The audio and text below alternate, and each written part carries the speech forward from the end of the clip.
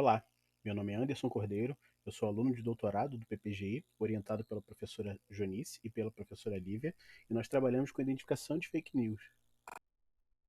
E apesar desse conceito de fake news não ser algo novo, né, o termo ele acabou ganhando popularidade e voltou a ser um tema de muito interesse para o mundo inteiro, né, com as eleições americanas aí em 2016, né, e no Brasil em 2018, que foram fenômenos bem parecidos e que utilizaram muito das mídias sociais ali para campanhas, né. Nos dois casos, a gente viu grupos políticos, né, que financiavam uma verdadeira indústria aí de notícias falsas e que souberam explorar muito bem algumas das fragilidades das mídias sociais, né? E a verificação dessa informação é dificultada por conta da velocidade com que um conteúdo trafega na rede, a constância na produção desse tipo de conteúdo, né? A larga escala, né, devido à estrutura da rede e também por conta da assimetria de informações, que é um conceito que no nosso campo diz sobre as situações em que os atores sociais têm condições e possibilidades de agir de maneira diferente, né? E aí a gente tem fatores aí que vão desde desigualdade social até o acesso realmente a tecnologias. Alguns pontos explicam essa simetria. Eu destaquei aqui dois pontos, né, que é a necessidade da alfabetização digital, principalmente em algumas camadas da sociedade, e produtos de mercado como, por exemplo, o zero rating, né, que é aquela prática das operadoras em liberar o acesso gratuito a mídias sociais, fazendo com que muitas das vezes essas sejam as únicas fontes de informação daquela pessoa. Nosso problema, então, ele está intimamente ligado a esse cenário. Como identificar uma fake news considerando todos esses aspectos de escala e conteúdo, sem desconsiderar esse aspecto social.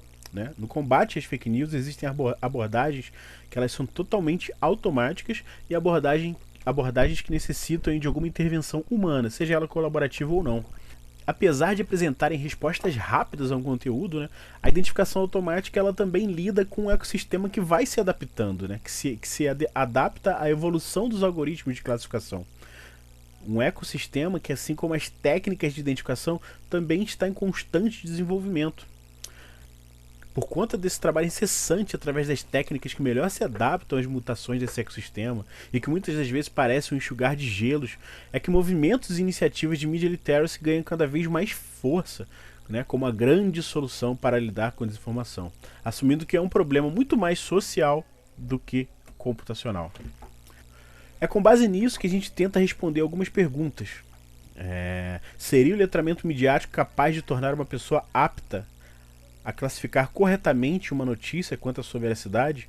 E as abordagens de intervenção humana para identificar notícias falsas, elas podem se beneficiar de grupos maiores, né, do conhecimento coletivo? Então essas são algumas das perguntas que a gente pretende responder. Para isso, nós propomos um ambiente de identificação de fake news que é colaborativo, tem baixo tempo de resposta e que utiliza de media literacy, tentando atacar diretamente esses pontos de escalabilidade, velocidade, constância e assimetria da informação. O Fakepedia é uma plataforma que reúne diversas checagens de outros sites e também mantém uma base de dados de notícias que foram checadas por uma comunidade. Na plataforma do Fakepedia é disponibilizada uma área para consulta, onde o usuário pode buscar por alguma notícia que tenha recebido, a fim de identificar se aquela notícia é uma notícia verdadeira ou não. A nossa plataforma faz uma consulta no nosso banco de dados e verifica se aquela notícia já foi verificada por algum site ou por a nossa comunidade.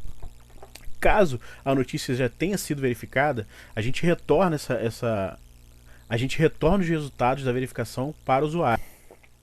Caso o usuário não encontre uma resposta satisfatória, ele pode solicitar que a comunidade do Fakepedia faça essa verificação. A comunidade do Fakepedia recebe então essa notícia a ser classificada e essa verificação ela acontece em dois momentos. No primeiro momento, cada usuário que recebeu essa notícia vai classificá-la de acordo com seus conhecimentos, podendo descrever quais foram as suas motivações para classificar a notícia daquela maneira e indicar até sites que vão endossar a sua classificação. Num segundo momento, existe um debate entre todos os usuários que classificaram. Caso um usuário tenha discordado de outro, esse usuário ele tem a oportunidade de mudar de opinião ou então afirmar o que ele acreditou, o que ele acreditava ser a classificação correta. Durante todos os processos, nós apresentamos elementos de media literacy para que tanto o usuário colaborador quanto o usuário que solicitou a verificação possa seguir alguns passos que vão ensiná-lo a reconhecer uma notícia falsa no futuro. Tivemos alguns bons resultados, como por exemplo um experimento que realizamos para verificar se o uso de Media Literacy é capaz de tornar uma pessoa apta a classificar corretamente uma notícia quanto à sua veracidade.